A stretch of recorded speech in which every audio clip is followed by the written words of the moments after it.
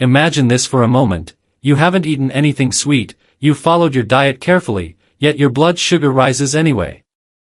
No food caused it. No sugar touched your plate. The trigger was invisible, a thought, a worry, a quiet fear sitting in the background of your mind. This is the silent power of stress. Stress does not just live in the mind, it speaks directly to the bloodstream, and the body listens. When the brain senses stress, it does not ask whether the threat is real or imagined. It reacts instantly, as if survival is on the line. Ancient biology takes control. The nervous system sends urgent signals to the adrenal glands, releasing hormones like cortisol and adrenaline. These chemicals were designed to help us run from danger, to fight or flee. To do that, the body needs quick energy, and the fastest energy source is glucose. So the liver releases stored sugar into the blood, not because you need it now, but because evolution assumes you are about to move, fight, or escape. But in modern life, stress rarely ends in physical action. We sit with our worries. We carry them into meetings, into traffic, into bed. The sugar released for survival has nowhere to go. Muscles do not burn it. Movement does not consume it. So it lingers in the bloodstream, quietly raising blood glucose levels, even in people who believe they are eating perfectly. Over time, repeated stress keeps cortisol levels high. Cortisol's job is to maintain energy availability, but it also makes cells less responsive to insulin. This means glucose has difficulty entering the cells, so it stays circulating in the blood. The body is not broken, it is following instructions that were meant for emergencies, now activated every day by deadlines, financial pressure, emotional pain, and constant mental noise. There is also a deeper layer to this story.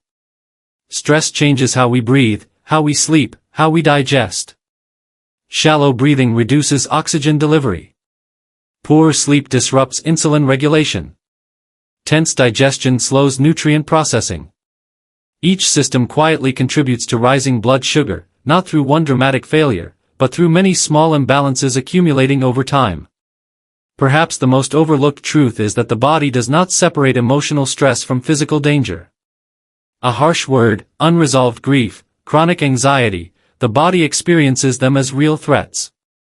The pancreas, the liver, the muscles respond faithfully, without judgment. Blood sugar rises not as a punishment, but as an act of protection, a misguided attempt to keep you alive in a world that feels constantly unsafe. Understanding this changes how we approach health. Blood sugar is not just about food, it is about safety, rhythm, and reassurance. When the nervous system feels calm, the body no longer needs to flood the blood with emergency fuel. In that calm space, insulin works better, glucose moves efficiently, and balance slowly returns, not through force, but through trust between mind and body. When we talk about stress-raising blood sugar, we must begin with the body's oldest language, survival. Long before nutrition labels, glucose meters, or medical terms existed, the human body evolved one simple rule: when danger appears, prepare for action. Stress is interpreted by the brain as danger, even when no physical threat is present. The brain does not analyze context the way the conscious mind does. It does not ask whether the stress comes from a wild animal or an unpaid bill. It reacts instantly, sending signals through the nervous system that something is wrong and energy is urgently required. The moment stress is perceived, the hypothalamus activates a powerful chain reaction. Nerves fire, hormones surge, and the adrenal glands release adrenaline and cortisol into the bloodstream. These hormones have a clear purpose. They raise heart rate, sharpen focus, and most importantly, increase available fuel. That fuel is glucose. The liver, which quietly stores glucose for emergencies, receives the command to release it into the blood. This happens even if you have not eaten recently, even if your diet is controlled, even if your last meal was perfectly balanced. Blood sugar rises not because of food, but because the body believes survival depends on immediate energy. This mechanism once saved lives. In moments of real physical danger, muscles needed glucose to run, fight, or climb. Stress hormones ensured that fuel was instantly available. But modern stress is different. It is persistent, mental, emotional, and often unresolved. The body still releases glucose, but the muscles remain still. There is no sprint, no struggle, no release. The sugar stays in the bloodstream, circulating longer than intended, quietly pushing blood glucose levels upward. What makes this process especially challenging is that it happens automatically. You do not choose it. You cannot think your way out of it in the moment. Stress hormones bypass conscious control. Even a calm outward appearance does not stop the internal response. A person may appear relaxed while their nervous system remains activated beneath the surface, releasing glucose repeatedly throughout the day in response to emails, arguments, memories, or future worries. Over time, frequent stress trains the body to expect danger. The stress response becomes the default setting rather than an emergency switch. Cortisol remains elevated for longer periods, telling the body to keep glucose available just in case. This constant signal interferes with insulin's ability to move glucose into the cells. Insulin is present, but the message is overridden by survival chemistry. The body prioritizes readiness over balance, and blood sugar remains elevated as a result. There is also a psychological dimension that deepens this cycle. Stress often narrows attention and increases mental tension. Breathing becomes shallow. Muscles remain subtly contracted. Sleep becomes lighter and less restorative. Each of these changes reinforces the stress response and further disrupts glucose regulation.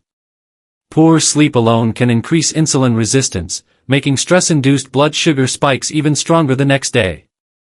The cycle feeds itself quietly, without dramatic symptoms at first. What is often misunderstood is that this response is not a flaw in the body. It is evidence of a system working exactly as designed, but in an environment it was never meant to endure. The body is loyal to its instructions. It does not adapt its rules based on modern lifestyles. When stress persists, glucose release persists. Blood sugar rises not because the body is careless, but because it is trying to protect life under perceived threat. Understanding this invites compassion rather than frustration. Elevated blood sugar during stress is not a personal failure, a lack of discipline, or a dietary mistake. It is biology responding to pressure. The body is asking for safety, for resolution, for rest. When stress decreases, the signal to release glucose weakens. The liver relaxes its grip. Insulin regains influence. Blood sugar can settle, not through force, but through calming the systems that keep sounding the alarm, through restoring a sense of internal security where the body no longer feels compelled to prepare for a battle that never comes, where energy can return to its natural rhythm, waiting quietly instead of flooding the blood in anticipation of danger that exists only in the mind. Cortisol is often described as a stress hormone, but that description is incomplete. Cortisol is better understood as a survival hormone, designed to manage energy during times of uncertainty. When stress becomes ongoing rather than temporary, cortisol remains elevated longer than nature intended. Its role is to ensure that the body never runs out of fuel, and it accomplishes this by increasing glucose availability in the bloodstream. From the body's perspective, energy must always be ready, even if it disrupts balance elsewhere. One of cortisol's most powerful effects is how it changes the way cells respond to insulin. Under calm conditions, insulin acts like a key, allowing glucose to move from the blood into the cells where it can be used or stored. Cortisol interferes with this process by making cells less responsive to insulin's signal. The key is present, but the lock becomes stiff. As a result, glucose remains circulating in the blood rather than entering the cells efficiently. Blood sugar rises not because insulin is absent, but because cortisol is demanding that glucose stay available for emergencies. This response is logical in short bursts. During real danger, the body does not want glucose locked away inside cells or stored as fat. It wants fuel immediately accessible. Cortisol ensures that glucose remains free and abundant. The problem arises when stress is no longer temporary. Chronic emotional strain, constant worry, unresolved tension, and long-term pressure keep cortisol elevated day after day. The body remains in a state of readiness that was meant to last minutes, not years. As cortisol continues to dominate, insulin resistance gradually increases. Cells adapt to the persistent presence of cortisol by becoming less sensitive to insulin over time. This is not a sudden failure, but a slow shift in cellular behavior. Glucose begins to accumulate in the bloodstream more easily after meals and even between meals. Fasting blood sugar may rise, not because of overeating, but because cortisol continues to signal the liver to produce and release glucose regardless of actual energy needs. Cortisol also influences how fat is stored and how muscle tissue behaves. It encourages the breakdown of muscle protein into amino acids, which the liver can convert into glucose through a process called gluconeogenesis. This creates new sugar from non-carbohydrate sources, adding even more glucose to the bloodstream. The body is effectively creating sugar internally, driven by the belief that survival depends on constant energy supply. Sleep disruption further amplifies this effect. Elevated cortisol interferes with deep sleep, and poor sleep raises cortisol levels the following day. This feedback loop strengthens insulin resistance and destabilizes blood sugar regulation. The body becomes trapped in a rhythm where cortisol and glucose reinforce each other, making balance increasingly difficult without addressing the underlying stress signals. What makes this process especially challenging is that cortisol does not respond to logic or reassurance from the conscious mind. It responds to perceived threat, whether physical or emotional. Until the nervous system senses safety, cortisol remains active, guarding energy as if danger is imminent. Blood sugar elevation in this context is not a metabolic mistake but a protective adaptation. When stress is reduced and safety is restored, cortisol loosens its grip, insulin sensitivity improves, and glucose can once again move freely into the cells, allowing the body to return to a state of balance where energy is regulated by need rather than fear. Modern stress creates a strange contradiction inside the human body. The chemistry of stress evolved to support movement, yet the reality of modern life demands stillness. When stress hormones are released, the body prepares for action. Muscles are primed, the heart beats faster, and glucose floods the bloodstream to fuel physical effort. In a natural environment, this surge of energy would be quickly used. Running, lifting, fighting, or escaping would burn the excess glucose, restoring balance almost as soon as the danger passed. Today, stress rarely ends in motion. A stressful email arrives, and the body reacts as if facing a physical threat. Adrenaline and cortisol rise, glucose is released, but the person remains seated. The energy prepared for survival has nowhere to go. Muscles stay inactive, so they do not absorb the glucose waiting in the blood. What was meant to be a short-term spike becomes a lingering elevation, quietly increasing blood sugar levels without any visible sign. This mismatch between biology and lifestyle is one of the most important reasons stress-driven blood sugar problems have become so common. The body continues to follow ancient rules, while the environment no longer provides the physical outlet those rules require. Each stressful moment adds another small wave of glucose into the bloodstream. Without movement to absorb it, these waves accumulate across the day, especially in people who experience frequent mental or emotional stress. Even subtle physical inactivity matters. Stress causes muscles to tense, but not to contract fully or repeatedly enough to use glucose. True glucose uptake requires movement, especially rhythmic or strength-based activity that signals muscles to open their glucose channels. Sitting still while stressed keeps the muscles in a state of readiness without release, prolonging the presence of glucose in the blood. Over time, the body adapts to this repeated pattern. Muscles become less efficient at taking up glucose because they are rarely asked to use it under stress. Insulin sensitivity decreases, not suddenly, but gradually, as cells adjust to constant glucose availability without demand. Blood sugar remains elevated longer after stressful events and meals, reinforcing the cycle. This pattern is often intensified by the way people cope with stress. Mental fatigue encourages stillness. Long hours of worry lead to collapsed posture, shallow breathing, and minimal movement. These physical signals reinforce the nervous system's perception of threat while denying the body the motion it expects to resolve it. The stress response stays active, glucose stays high, and recovery is delayed. There is a quiet intelligence in the body that expects stress to be resolved through action. When action does not come, the body remains alert. Blood sugar stays elevated as if waiting for a command that never arrives. This is not a failure of discipline or willpower. It is a biological expectation left unmet by modern routines. The most important insight here is that stress-related blood sugar elevation is not only about hormones, but about unused energy. Glucose is released with a purpose. When that purpose is denied, imbalance follows. Restoring balance does not require extreme effort, only appropriate release. When the body is allowed to move, even briefly, stress chemistry completes its cycle. Muscles absorb glucose, insulin regains effectiveness, and blood sugar levels can settle naturally, as the body finally receives the message it has been waiting for, that the danger has passed and energy is no longer needed on standby. Stress rarely affects only one system in the body.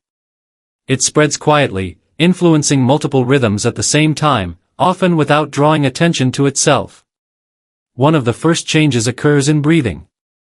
Under stress, breathing becomes shallow and rapid, reducing the amount of oxygen delivered to tissues. This subtle shift sends a signal of urgency to the nervous system, reinforcing the perception that something is wrong.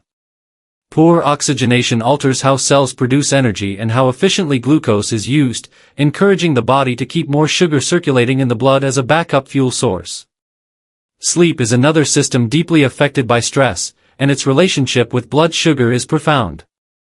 Stress hormones delay the onset of deep sleep and shorten its duration. Without sufficient deep sleep, the body loses one of its most important windows for metabolic repair. Insulin sensitivity naturally improves during quality sleep, but when sleep is fragmented, this process is disrupted. The following day, cells respond less effectively to insulin, and blood sugar rises more easily, even with normal meals or fasting. Stress at night becomes higher blood sugar during the day. Digestion also responds directly to stress. The body diverts energy away from digestion when survival feels threatened. Blood flow shifts from the digestive organs toward the muscles and brain. Digestive enzymes are released less efficiently, and the movement of food through the gut slows or becomes irregular. This disruption affects how nutrients are absorbed and how glucose enters the bloodstream. Instead of a smooth, controlled release, glucose may enter the blood in uneven waves, creating spikes that are harder for insulin to manage. Chronic stress can also alter the gut environment itself. Changes in gut bacteria composition have been linked to both stress and impaired glucose control. A stressed digestive system may absorb glucose more aggressively or send inflammatory signals that further reduce insulin sensitivity. These effects develop gradually and quietly, making them easy to overlook while they steadily influence blood sugar balance. Muscle tension is another overlooked contributor.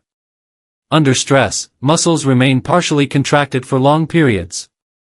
This constant tension consumes energy without producing movement. Muscles are neither resting nor actively working.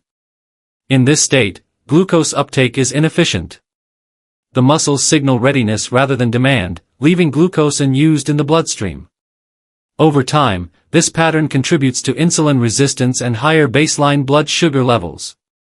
Stress also changes how the body regulates hunger and fullness. Hormones that control appetite become disrupted, often leading to irregular eating patterns. Skipped meals followed by overeating, late-night eating, or inconsistent meal timing can further destabilize blood sugar. These behaviors are not failures of discipline but natural responses to a stressed nervous system seeking comfort and stability. The most important insight is that these systems do not operate independently. Breathing, sleep, digestion, muscle tone, and glucose regulation are interconnected through the nervous system. When stress disrupts one, the others follow. Blood sugar rises not because of a single malfunction, but because the entire system is operating in a state of strain. Restoring balance requires more than focusing on glucose alone. It requires easing the stress signals that disrupt the body's natural rhythms, allowing sleep to deepen, breathing to slow, digestion to normalize, and muscles to release their grip, so glucose can once again be regulated in a steady, harmonious way that reflects a body no longer bracing for threat but returning to its natural state of equilibrium. When blood sugar rises during stress, the instinctive response is often self-blame. People assume they have failed, eaten incorrectly, lacked discipline, or lost control. Yet the body tells a very different story. Stress-related blood sugar elevation is not a mistake or a moral weakness. It is an act of protection.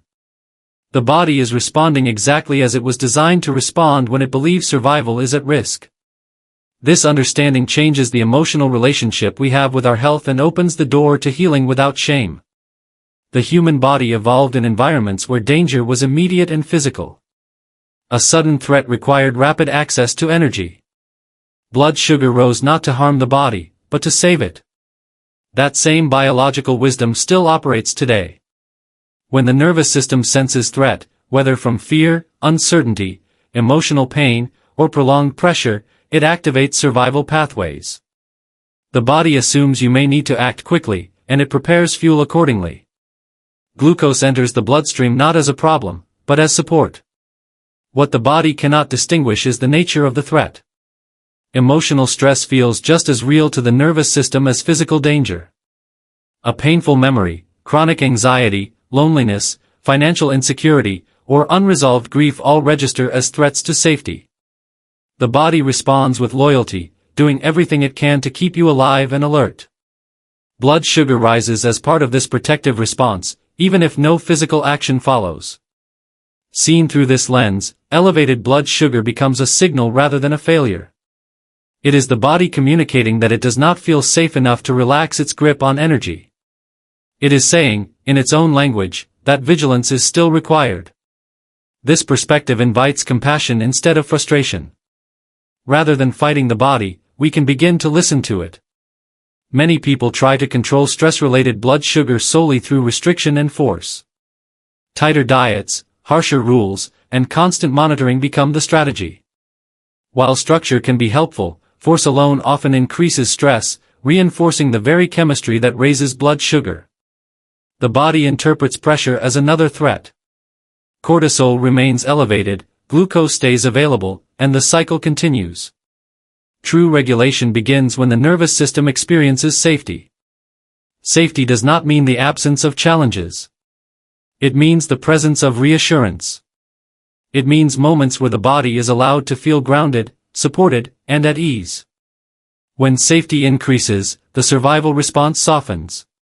The body no longer needs to hoard energy in the bloodstream. Insulin sensitivity improves not because of effort, but because the emergency has passed. This is why gentle interventions often have powerful effects. Slow breathing signals safety to the brain. Consistent sleep restores hormonal balance. Calm movement reassures the muscles that energy can be used rather than stored. Emotional expression reduces internal tension. These practices do not directly target blood sugar, yet blood sugar responds because the body feels less threatened. Understanding blood sugar as a protective response also reshapes how we speak to ourselves. Harsh inner dialogue mirrors external stress. Self-criticism activates the same stress pathways as external pressure. Compassion, on the other hand, reduces physiological stress. When the inner environment becomes kinder, the body responds accordingly. There is wisdom in recognizing that the body is always on your side. Even when its responses seem inconvenient or harmful, they originate from an attempt to preserve life. Blood sugar elevation under stress is the body saying it is prepared to support you, even if the threat is invisible. The problem is not that the body reacts, but that it reacts too often, for too long, without resolution. Resolution does not require perfection. It requires acknowledgement.